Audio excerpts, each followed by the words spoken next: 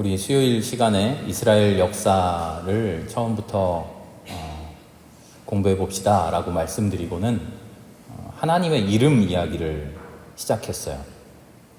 역사 이야기를 하면 태초에 무슨 일이 있었고 이스라엘의 민족이 어떻게 형성되고 하는 그런 이야기를 해야 될 텐데 왜 하나님의 이름 이야기를 먼저 할까? 하나님의 존재가 어떤 존재이냐? 하나님을 어떤 분으로 알고 하나님을 믿기 시작했냐? 하나님께서 어떤 백성을 자기 백성으로 삼으셨는가 하는 그것이 사실은 이스라엘이라고 하는 민족, 이스라엘의 역사의 가장 큰 부분이거든요. 이스라엘의 역사라고 하니까 우리가 우리나라의 역사도 있는데 왜 알지도 못하는 다른 나라의 역사를 알아야 되는가? 그런 식의 역사가 아니고요. 신앙의 역사거든요. 그 신앙의 역사의 중심은 그 신앙의 출발이 어디인가? 이 신앙이 어디에서부터 출발하는가 하는 것이에요. 그런데 그 신앙의 출발을 제대로 보여주는 것이 우리 그리스도교에서는 이름, 하나님의 이름의 그 모든 응축이 되어 있어요. 오늘 말씀에 하나님께서 자기 자신을 나의 이름은 이것이다 라고 밝히 알려주시는 유일한 부분입니다. 히브리어로는요, 예흐에 에쉐르 예흐에라고 되어 있는데요. 외국어니까 너무 어렵죠. 그런데요, 히브리어를 잘 아는 학자들에게도 가지고 가서 이게 무슨 말입니까? 하면 학자들도 잘 몰라요.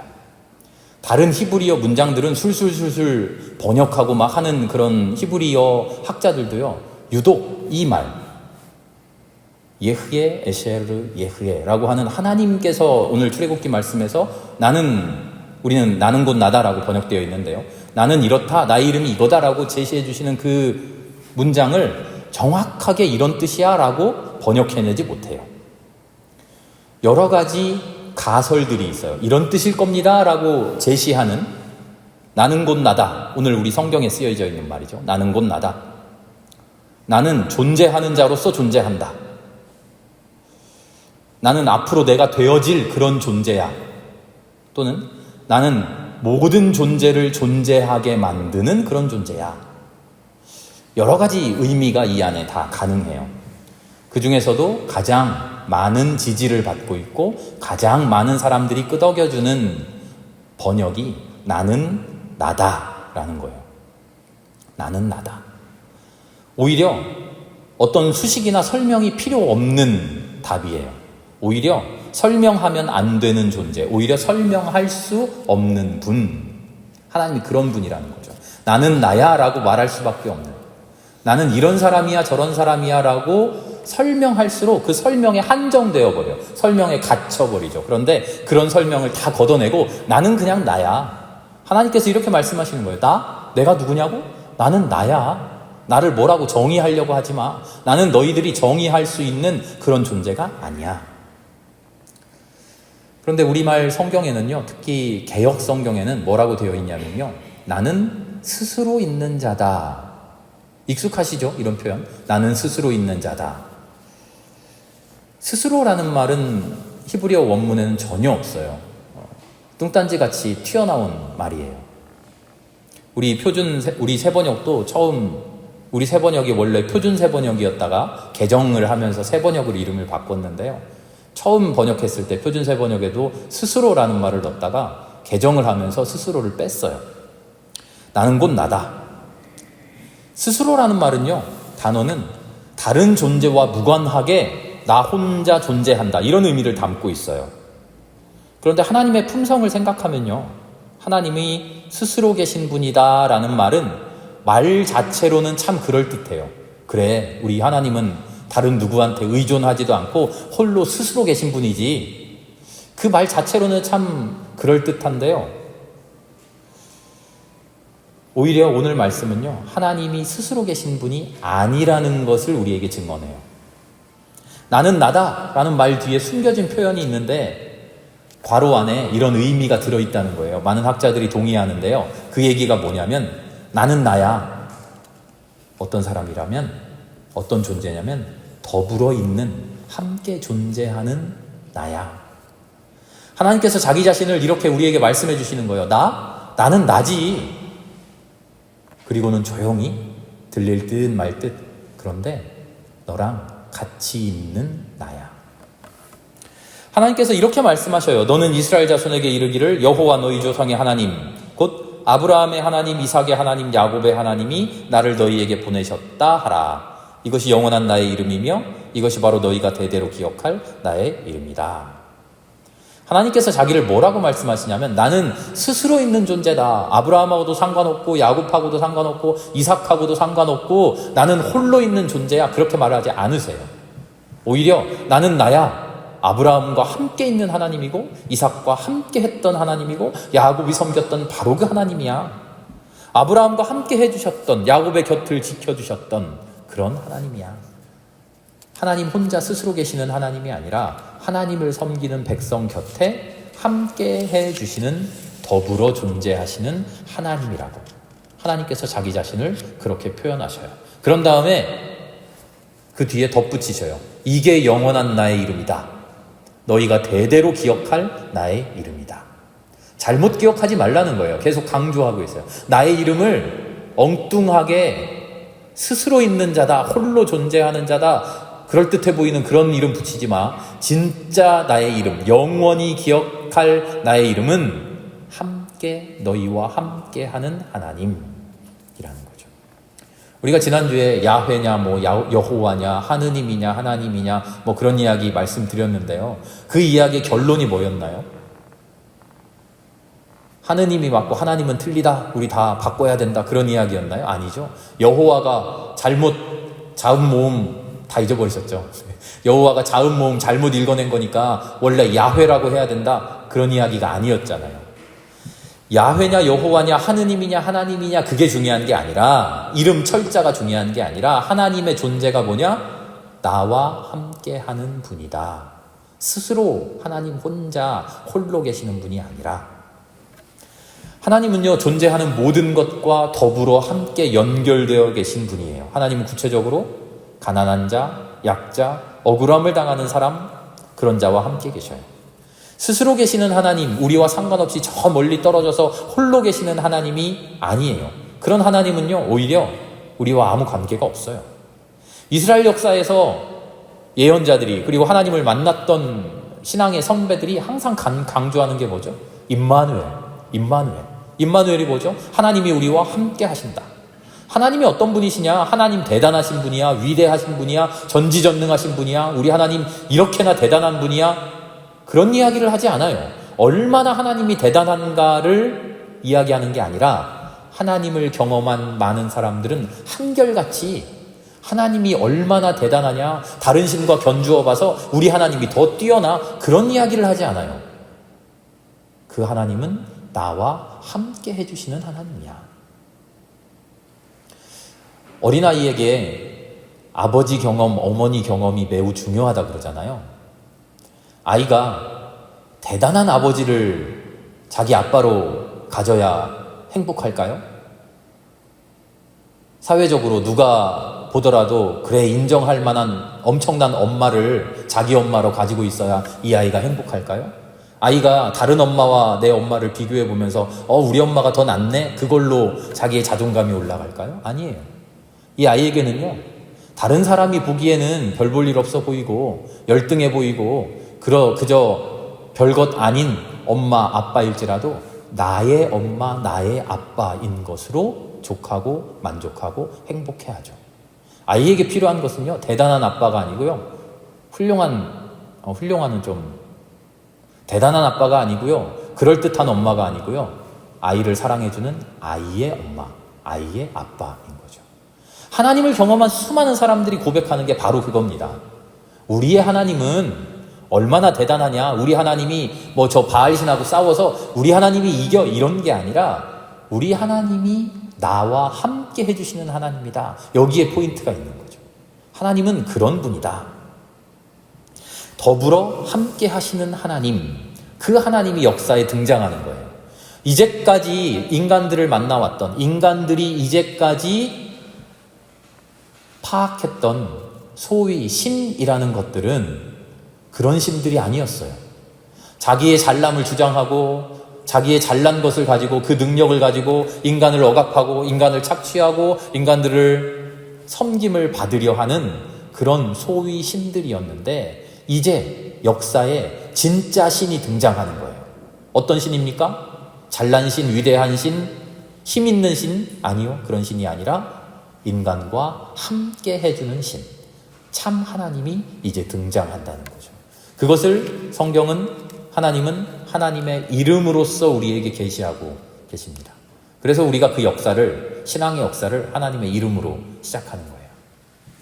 더불어 함께 하시는 하나님, 나 혼자 잘나서 온 세상을 지배하는 내가 신이야 하는 그런 신이 아니라 인간과 함께 해주시는 하나님, 그 하나님이 역사에 등장해서 과연 인간과 함께 하는데 어떤 사람과 함께 하느냐, 이게 출애굽기의 시작입니다.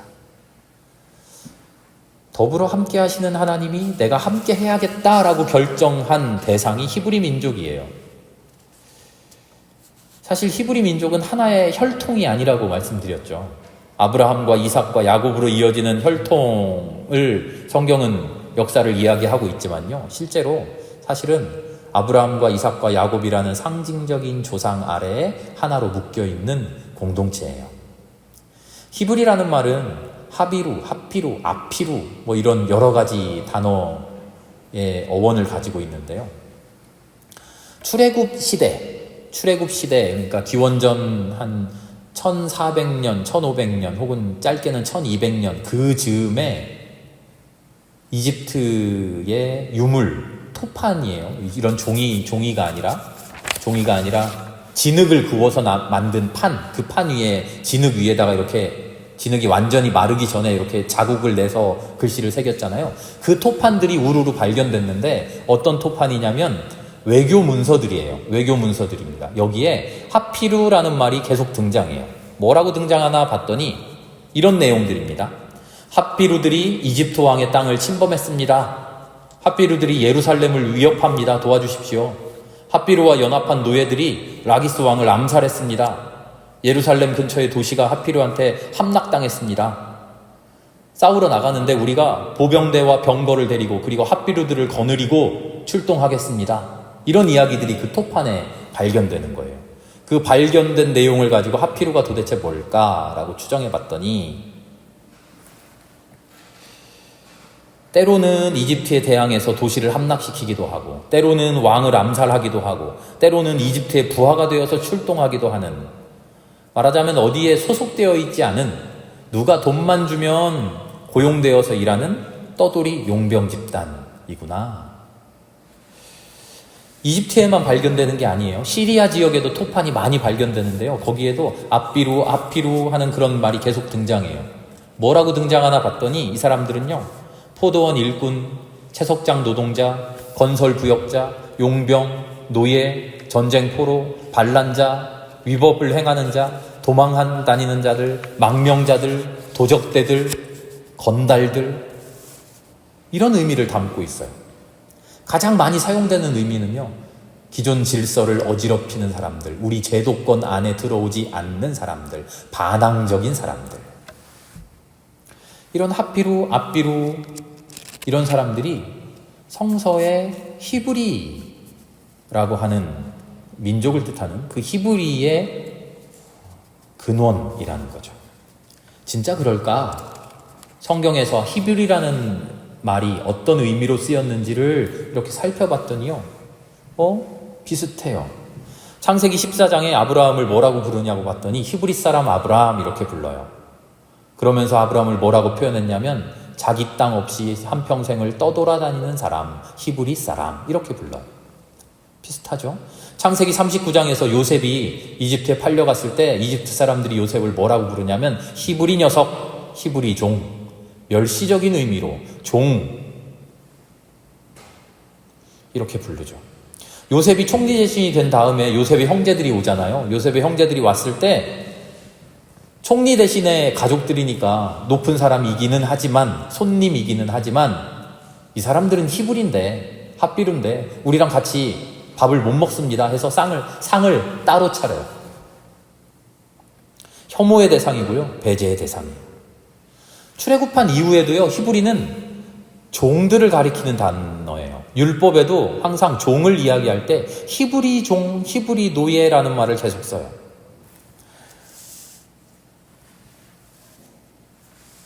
신명기 26장에는요, 이스라엘 사람들이 자기의 추수감사의 제사를 드리면서 자기의 역사를 하나님 앞에 예배 시간에 고백해요. 한 목소리로. 그러면서 뭐라고 이야기하냐면, 우리의 조상은 떠돌아다니던 사람이었습니다. 이렇게 자기의 근원에 대해서 고백해요.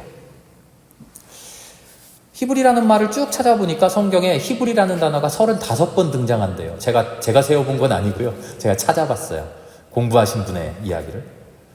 이 35번 모두가 이스라엘이라는 나라가 세워지기 이전에 등장해요. 그러면서 멸시하는 투로 못난 사람들, 별 볼 일 아닌 사람들, 떠돌아다니는 사람들, 그런 의미로 사용돼요. 그런데 이스라엘이 나라가 세워진 뒤에도 히브리라는 단어가 몇 번 등장해요. 언제 등장하나 봤더니 블레셋하고 이스라엘하고 싸우잖아요. 전쟁을 하는데 전쟁할 때 서로 존중해주면서 이야기합니까? 아니면 험한 말로 욕을 하나요? 험한 말로 욕하잖아요. 뭐라고 욕하나? 블레셋 사람들이 뭐라고 욕하나 봤더니 이렇게 욕합니다. 저 히브리 노예 종놈들을 우리가 무찌르자. 지금은 자기들이 어엿하게 나라를 세웠지만 블레셋이 알고 있는 거예요. 쟤네들 원래 근본이 노예들인데, 종들인데, 아무것도 아닌 놈들이었는데, 그런 이야기를 하는 겁니다. 블레셋 사람들이 전쟁에 나가자라고 자기들 사람들 용기를 북돋워주면서 이렇게 얘기해요. 사무엘상 4장이에요. 블레셋 사람들아, 대장부답게 힘을 내어라. 그렇지 않으면 히브리 사람이 우리의 종이었던 것처럼 우리가 그들의 종이 될까 무섭다. 블레셋 사람들 생각에서는 히브리 사람들은 자기의 노예예요. 자기의 종이에요. 아무것도 아니던 사람들, 떠돌아다니는 사람들, 험한 일, 허드렛 일이나 하는 사람들, 우리가 노예처럼 부리던 사람들. 히브리라는 말은요, 이집트의 토판을 찾아봐도, 아시리아의 토판을 찾아봐도, 성경 안에도 이스라엘의 민족이나 혈통을 뜻하는 단어가 전혀 아니었어요. 블레셋의 종노릇하던 사람들이었고, 노동자, 농민, 일꾼, 불황자, 용병, 반란자, 도망자, 범법자, 망명자들이에요. 흉악한 범죄자, 그런 뜻이 아니라 고단한 삶의 현실에서 이리저리 치우치다가 이러지도 못하고 저러지도 못하다가 어쩔 수 없이 죄를 범하고 법을 어기고 그러면서 겨우겨우 목숨을 연명하던 사람들이에요. 자, 하나님께서 바로 그런 사람들을 만나 주셨다는 거예요. 이게 이스라엘의 하나님, 우리 야훼 하나님의 출발이에요. 신앙의 출발이 바로 여기입니다.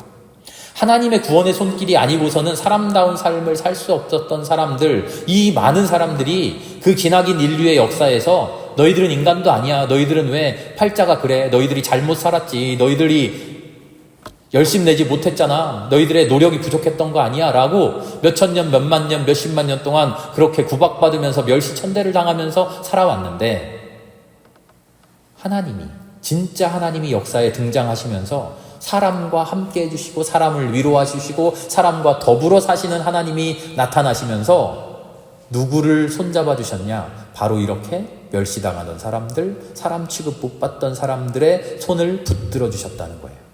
그게 우리 성경이 이야기하는 하나님의 출발이고요. 그게 우리 성경이 이야기하는 신앙의 출발이에요. 그리고 우리 성경이 이야기하는 우리의 존재의 원래 모습이에요.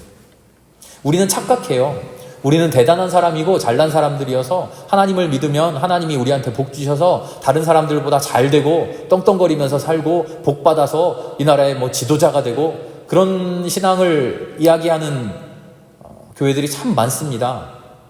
소위 성공신앙이라고 그래요.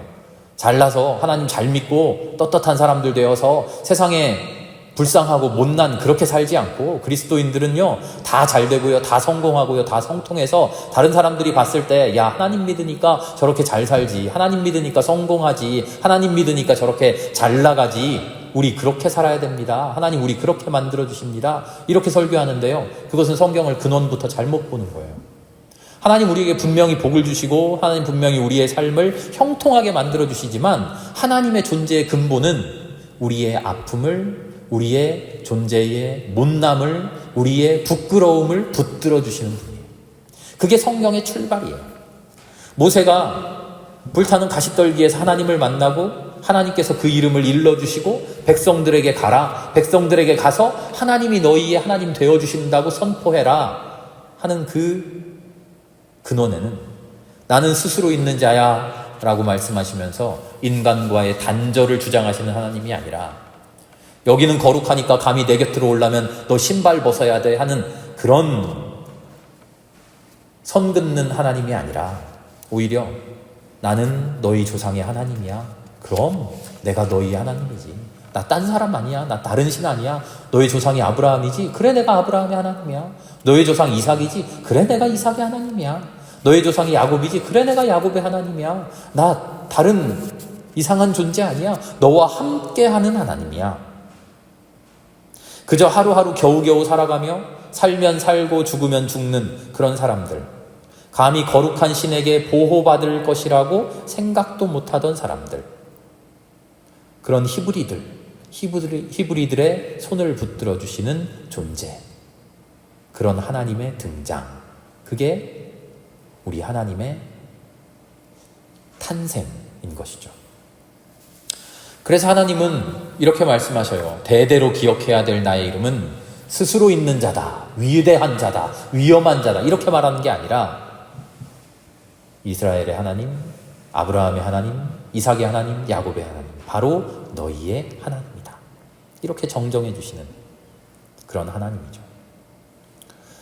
히브리를 품어 안으시는 하나님, 그런 하나님의 품에 안긴 우리들.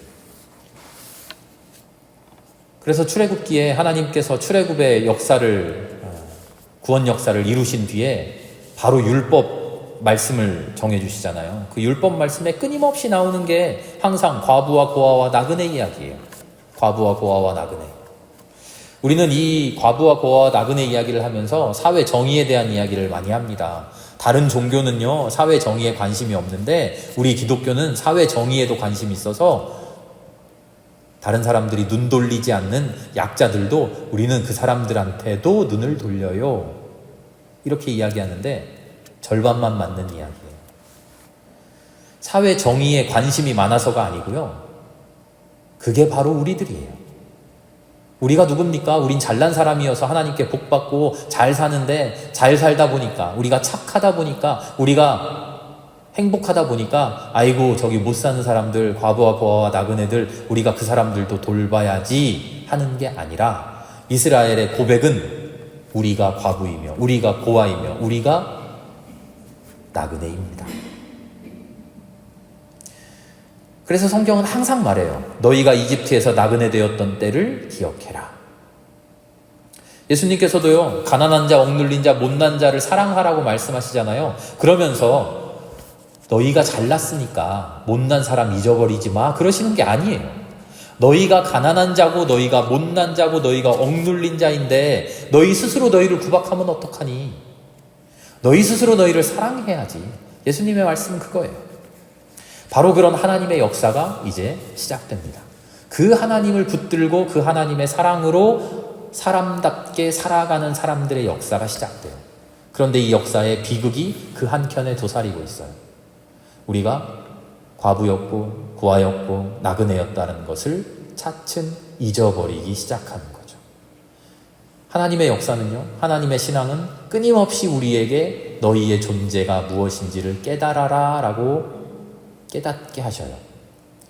여전히 가난한 자요, 여전히 억눌린 자요, 여전히 못난 사람으로 살아가라 하는 것이 아니라 너희 지금 잘 살고 있고 너희 지금 행복하게 살고 있고 너희 지금 복되게 살고 있지만 너희는 가난했으며 너희는 억눌렸으며 너희는 못났고 너희는 아무것도 아니었다. 그러나 하나님의 은혜로 그 상황에서 벗어났다. 구원받았다. 그 구원을 함께 나눠라. 하나님을 믿는 우리는요, 결코 개인적인 구원, 나의 행복에서 끝나서는 안 되는 사람들이에요. 하나님께 임무를, 숙제를 부여받은 사람이에요. 너 구원받았지? 이 구원 그대로 사람들에게 전해줘봐. 하나님이 순서를 바꾸신 거예요. 하나님의 목적은 진짜 하고 싶은 이야기는 뒤에 있어요. 똑같은 사랑을, 내가 너희에게 주는 사랑을 사람들에게 다 전해봐. 이게 하나님의 목적인데요. 그것을 일러주시기 위해 하나님께서 우리에게 먼저 크신 사랑으로 우리를 구원해 주신 거죠. 우리는 그 사랑 받고 거기에서 멈추면 안 되는 사람들입니다. 다음 주에는요, 아브라함의 하나님, 이삭의 하나님, 야곱의 하나님이라고 이야기하는데, 아브라함은 누구고 이삭은 누구고 야곱은 누굴까? 이 많은 히브리라고 하는 사람들이, 떠돌이, 어중이였던 이 사람들이 과연 어떤 힘으로 우리는 한민족이야 라고 하는 그 탄탄한 결속력 아래 모일 수 있었을까 하는 그 이야기를 또 함께 나눠보도록 하겠습니다. 우리 함께 기도합니다.